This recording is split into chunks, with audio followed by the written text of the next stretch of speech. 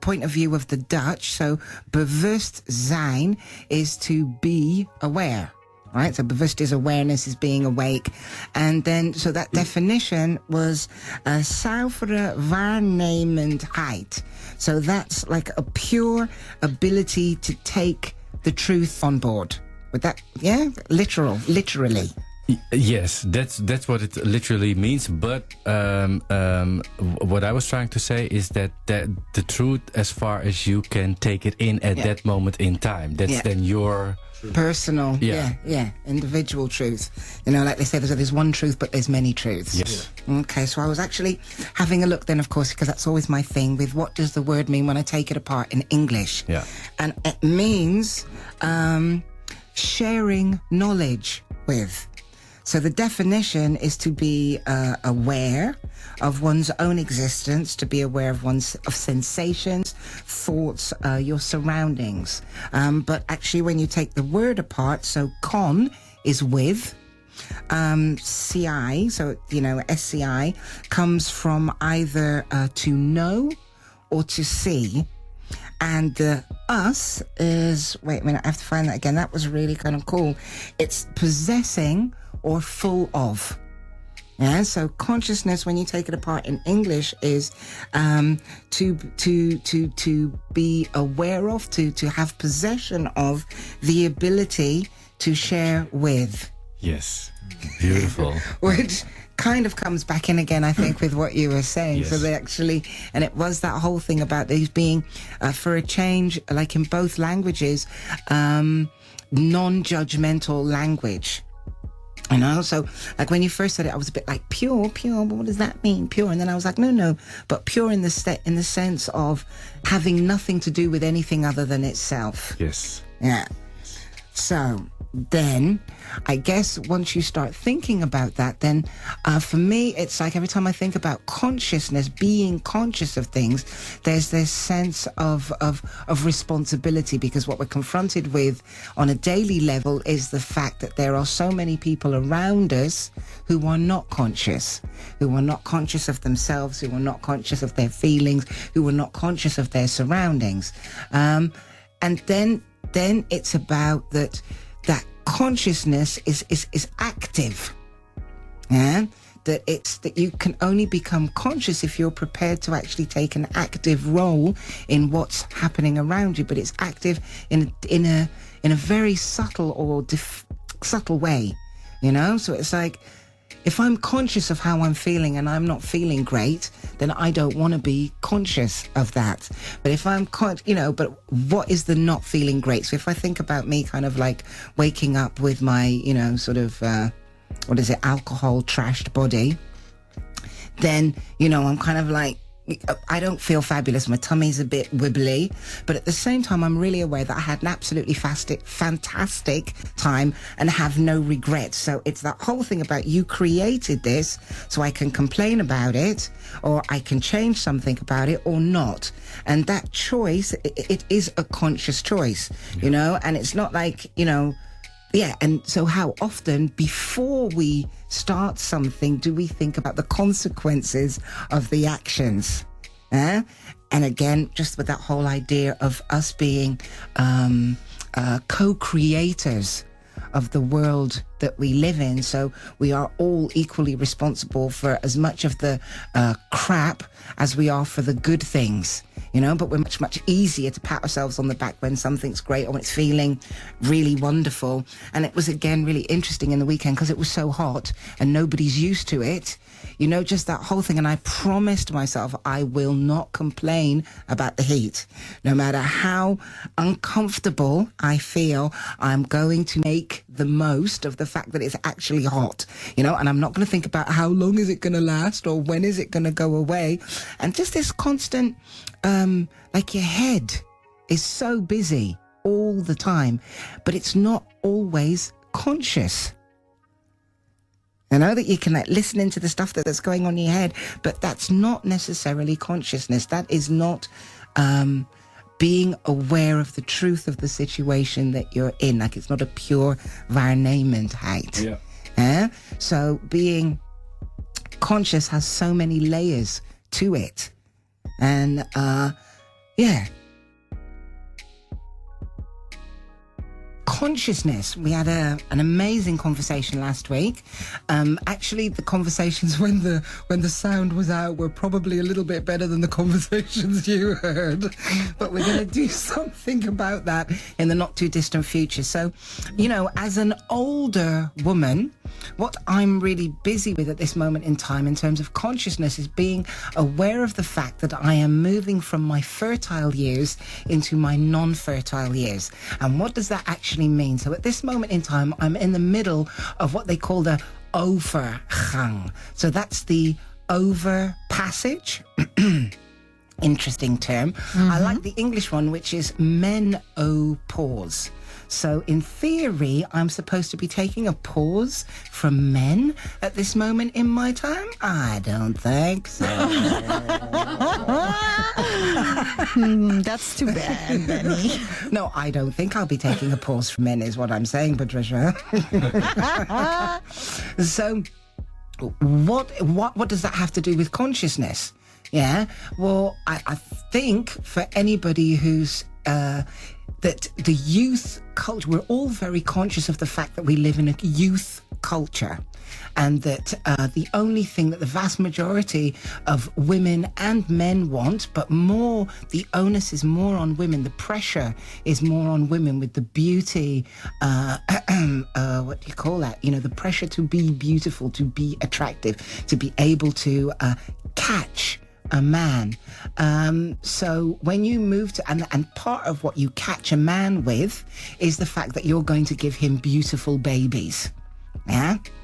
So men want babies so that they can pass on all of the stuff that they've built through their lives. So they spend their lives, they're told that their function in life is to create, is to build, is to leave something behind. And if you're going to leave something behind, then obviously you don't want any old bugger getting their hands on it. So you want to leave something behind to your offspring. So for huge numbers of women, the idea that they are, however attractive, no more fertile, means for them that they no longer have the ability to attract men. In former times, because history is always my big thing, it was women who were past childbearing years who were always seen as being the most attractive in a culture. One of my huge issues with Islam is this promising of virgins to men. Now, what man in his right mind wants to sleep with a virgin? You ain't gonna get no good sex from a virgin. No sex at all. She's not a virgin. No, but but that's the whole idea that you have sex with a virgin and you're her first. And that's still, I've been amazed that was something that was very prevalent when I was young, 12, 13, 14, that men wanted to be the first. And I was like, that just doesn't make any sense. Why wouldn't you want to be the last?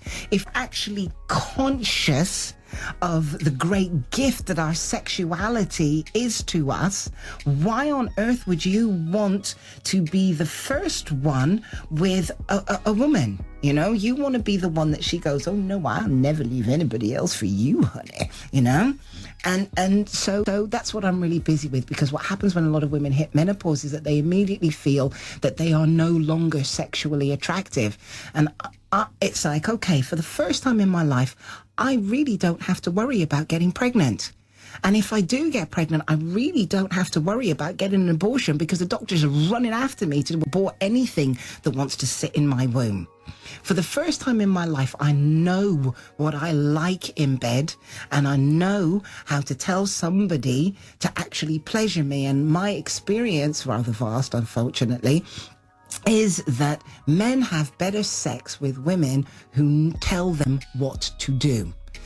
It's been proven through huge numbers of sexual studies that you can learn 3 or 4 things and you can have great sex as a woman or a man and have great sex with any man. Yeah? It doesn't matter what you learn, right? You have to learn it up new with every single woman. So the core of who we are and how we function is our ability to have pleasure. Yeah? And consciously, to have pleasure is the best kind of pleasure that you can have. And that works best when there's no other external pressure on that pleasure. And I guess that was pretty much all I wanted to say. Ik wil zo graag ingaan on wat... oh no, I'm doing it in English. Maar ik wil zo graag ingaan on wat Percy heeft net gezegd. Maar ik ben heel blij met wat ik heb geschreven voor mijn column vanavond. Zo, dat ga ik nu voorlezen. Dankjewel. Okay.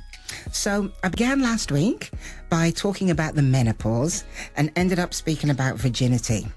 I'm going to add to the virginity topic.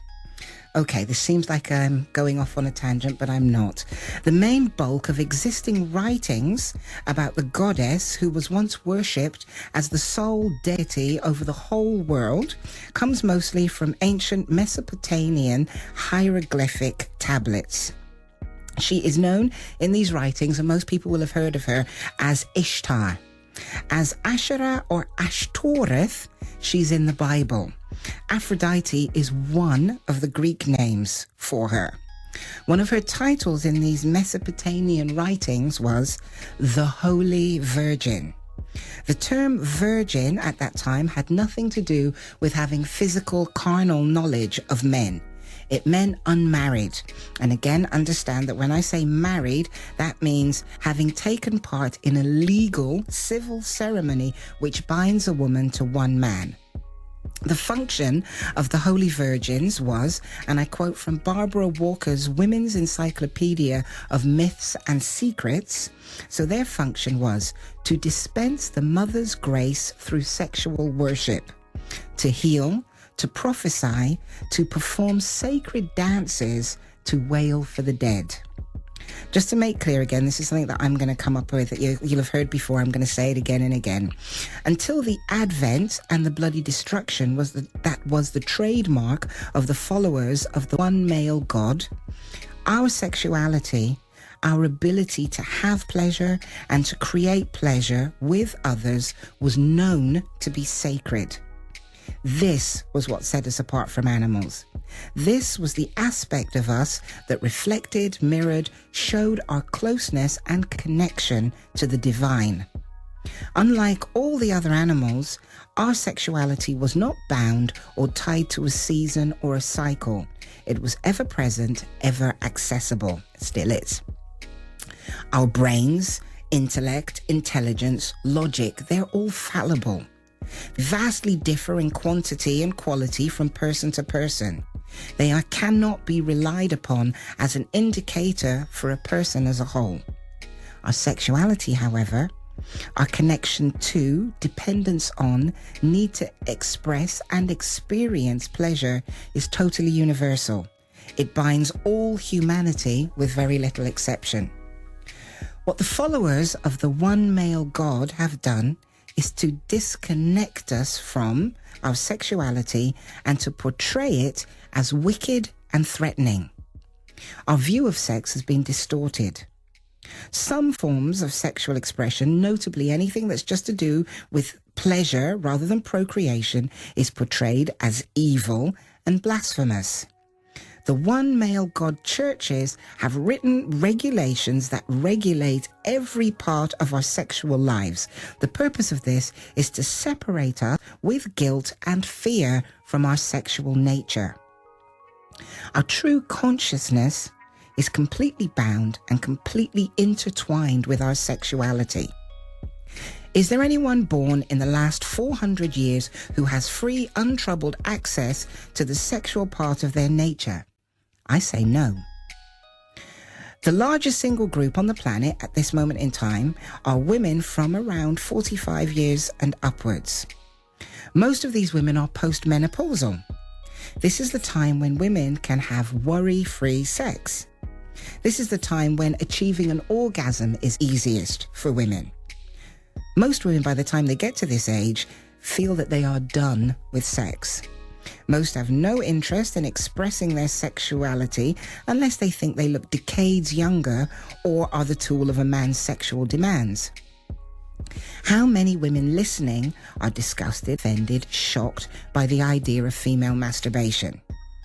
How many of the women listening avoid touching and think of their genitals as disgusting, ugly, smelly, dirty?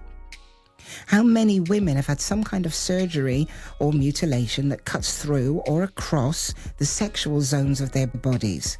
Breast surgery, genital mutilation or genital corrections, or nose job, which means that you lose your sense of smell, which is an essential part of your sexuality as well. Okay, how many of the women listening would feel comfortable directing their sexual partner, actually taking control of the act? I wonder if there are men listening who would find that idea offensive. I don't mean indulging in fantasies or playing games or S&M. I mean being told by a woman what to do in bed or whatever location you might choose. A woman directing her own sexual experience of pleasure. To be all aware and conscious is to really come to an acceptance and understanding of one's own sexual nature, to connect our intellect and intelligence to our individual sexuality. To be aware and conscious is to accept the shape, form, failures, and triumphs of our bodies. To celebrate the body's ability to give and receive pleasure, and to focus on finding ways to make the giving and receiving of pleasure on all levels the core of our reason for being. That, in my opinion, is true consciousness. A fully alert, sexually focused, pleasure-seeking and giving, two-legged guardian of the planet.